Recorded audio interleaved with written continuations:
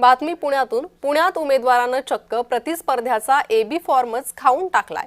धनकवडीच्या सहकार नगर परिसरातील हा अजब प्रकार. भारती विद्यापीठ पोलीस ठाण्यात या उमेदवारावर गुन्हा नोंदवण्यात आलाय. प्रभाग क्रमांक 36 मध्ये उमेदवारीच्या वादातून हा प्रकार घडला. शिवसेनेचे उमेदवार उद्धव कांबळेंवर गुन्हा नोंदवण्यात आलाय. तर प्रतिस्पर्धी उमेदवाराचा अर्जच त्यांनी खाऊन टाकलाय. सांगितलं सहित की तुमचा जो प्रतिस्पर्धी आहे उद्धव कांबळे यांनी तुमचा फॉर्म एबी फॉर्म फाडलेला आहे. मी म्हणलं ठीक आहे, मला चर्चा कळली म्हटलं ती, पण अशी चर्चा मला कळली की तो फॉर्म फाडलेला, तिने खाल्ला तो फॉर्म, अशी मला चर्चा कळली. तर ते म्हणले ठीक आहे, आता जे काय झालं माहित नाही आपल्याला. मग म्हटलं मॅडम आता याच्या पुढचं प्रोसिजर काय तुमची?